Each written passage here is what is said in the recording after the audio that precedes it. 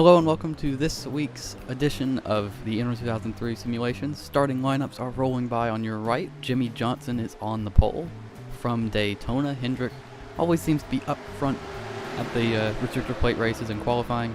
And we're going to take a look at the points before this race because this is the last race of the regular season. Tyler Reddick, Clint Boyer, Chris Buescher, those guys on the outside looking in, and Blaney, Byron trying to hold on to a playoff spot. And that's what it looks like going into the race. It will be 40 laps, 2 stages, 10 laps, and 11 laps. Jimmy Johnson will look to lead them down as the pace car pulls off and leaves the field in the hands of the front row. Jimmy will get the jump and try and get out front and hopefully have a pusher from Joey Logano or Martin Truex Jr. The Penske cars all qualified well. You can see Keselowski, Blaney, Logano, all in the top 10. Johnson does not have many friends, however. So Logano can rely on that help from Blaney, whereas Johnson's just going to hope that he can hold off the 22 car and settle in as the leader. Johnson up to block, but it wouldn't be enough. Logano would get the jump into turn 3 and go to the lead with help from Martin Truex, and they would already be 3 wide behind them. Pack racing at Daytona. Clint Boyer here and William Byron. Boyer needs a good run today, but he mostly just needs to not have any trouble. He can gain those 7 points on Blaney before the end of stage 1 if possible, and could make it into the playoffs in the last race here of the regular season.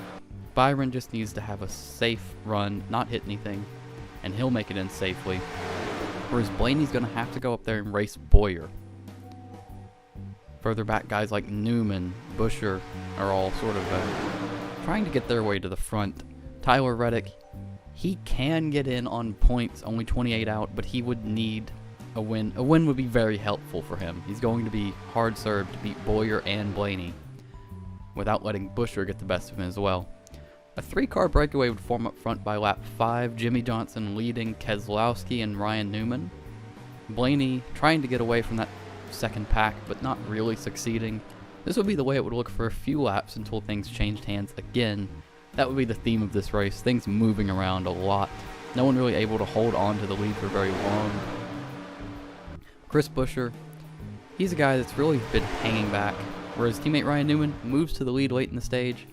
2 opposite approaches. Newman feels like he's got enough points to go up there and race for the win and try and earn playoff points, whereas Buescher feels like he has to hang back and hope for trouble to make it into the playoffs. And they're both taking different approaches in this stage. Newman would lead that lap though and try and hold on to it here. Kyle Busch is charging and he would get to the inside. Newman not going to throw the block that early. Lets the 18 through. His Toyota teammate in the 95, Christopher Bell, he desperately needs a win to get into the playoffs, and so does Cole Custer behind him. Those rookies trying to make something happen at Daytona to make it through to the round of 16. Kyle Busch would continue to lead though. Chase Elliott back there, but that 3 or 4 car breakaway, no one would be able to challenge the 18 car, and Kyle Busch would come around and win stage 1 at Daytona, picking up another useful playoff point. And that would bring along pit stops. Everybody's coming because they all need a little bit of fuel to get to the end. Kyle Busch would lead them down and lead them out, and Jimmy Johnson pulls out in front of Ty Dillon. Smoke pluming from that car. Here's the replay. You can see the 48 gets out in front of the 13, gets airborne when he gets T-boned by the 13 car, and he would have to come down pit road to get that looked at. It wouldn't be the end of his day, but it would really hamper his performance. Also, of note, Clint Boyer has trouble, mechanical issues. He would go 2 laps down. Coming to the restart here, Kyle Busch leads Ryan Newman, Corey LaJoie, all those guys on the lead lap. And Busch would try and hold on to this lead. He's going to have to block a lot because it's just Daytona and it's really cycled through a lot. You see Clint Boyer there coming out of the pits 2 laps down. Things are cycling through quite a bit. The 24 car didn't get the challenge. The 19 comes through with help from the 2. Brad Keselowski, he's really good at these plate tracks, and I think you can expect him to hunt his way to the front, and sure enough, with help from his teammate, he does get by the 18, who held onto that lead for quite a few laps. Longer than most people were able to. but Brad Keselowski not able to hold it for long. Here comes Blaney, pushing his teammate out of the way, taking the lead. Then Denny Hamlin would cycle through, and coming to 2 to go in the stage, Hamlin leads it over Eric Almirola, who's trying to challenge and would successfully get to the inside. Hamlin not able to throw that block in time. And here comes Jimmy Johnson, a lapped car for the field to deal with. That causes a 3-car breakaway coming to the line, 4 cars if you count Chase Elliott. Chris Buescher sees his chance to pounce on Eric Almirola, coming to the stage end. Buescher almost gets there, but Almirola wins stage 2. And under yellow here, we'll look at the points as they run. Eric Jones pretty much safe, as is Alex Bowman and William Byron, but Blaney still is in jeopardy. Chris Buescher 7 points out, 7 positions on track. Tyler Reddick 10 positions. Blaney could lose this playoff berth in the last race of the season. He's been pretty consistent all year at being in the top 16, but it's at risk now.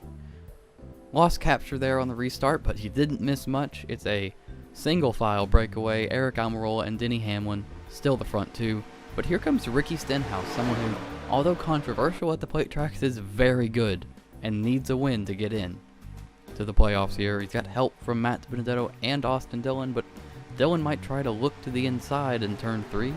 Not able to get there. Stenhouse would move through to second behind Eric Almirola, maybe with a chance to challenge for the lead, but no, here comes Kyle Busch. No help, but he does have the inside, the shorter way around, and when Stenhouse loses the draft off the back of Eric Almirola, he will get through, but Busch would not be able to challenge the 10 car. It would be his teammate Kevin Harvick that would make the next challenge, and here comes lapped traffic. With 7 to go, things are moving fast up front. Logano cycles through to the lead on the bottom. And here comes traffic. Logano fakes to the bottom, fakes to the top, then goes to the bottom, sorry.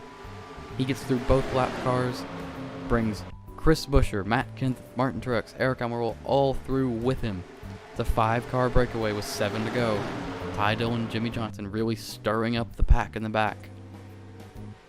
And Matt Kenseth comes through to challenge for the lead. Kenseth, if he can score enough points to get into the top 30, which is unlikely but possible, he can actually make something out of winning this race and get into the playoffs, but it wouldn't be. 2 to go. Brad Keselowski makes the move. He's got help from Chris Buescher, who might need a win to get in. He's going to be a few points short with Blaney running well. Chris Buescher still on the bottom. The 2-car goes up top. That would be the way it would look off of turn 4 to come to get the white. Chris Buescher still there, but Matt Benedetto gets to the inside. The 17 car trying to hold serve on the top. Here comes more lap traffic. Matt Benedetto able to get down in front of the 22. 52 car there, coming in a hurry. The 17 is shuffled out on top, going backwards quickly. And Brad Keselowski's hunting spots. He fakes to the top, then goes down to the bottom inside of the 52 car. 52 stays high, does his job as a lap car, but everyone has to check up because of the 52. Brad Keselowski breaks away, and he would win at Daytona, picking up his 2nd win at the racetrack, and taking another restrictor plate race, something he's always dominated, that ties him for the most wins in the regular season with 5. And Kevin Harvick would win the regular season championship on the strength of 21 top 10s and a lot of consistency. That'll be it. We'll look onto the points and see the bottom 4, Tyler Reddick, Chris Buescher, Clint Bowyer, Austin Dillon, all of them not making it, coming up just short, and that moves us to the round of 16, where you'll see the following drivers in here: Denny Hamlin, Kevin Harvick at the top of the table, but lower down it's going to be a real race to get into the top 12 amongst a lot of very good cars. Exciting few weeks coming, and yeah, well, I hope you all enjoyed the video. It's been a lot of fun to make, and leave a like, comment, subscribe, or do whatever you wish. Yeah, thanks for watching.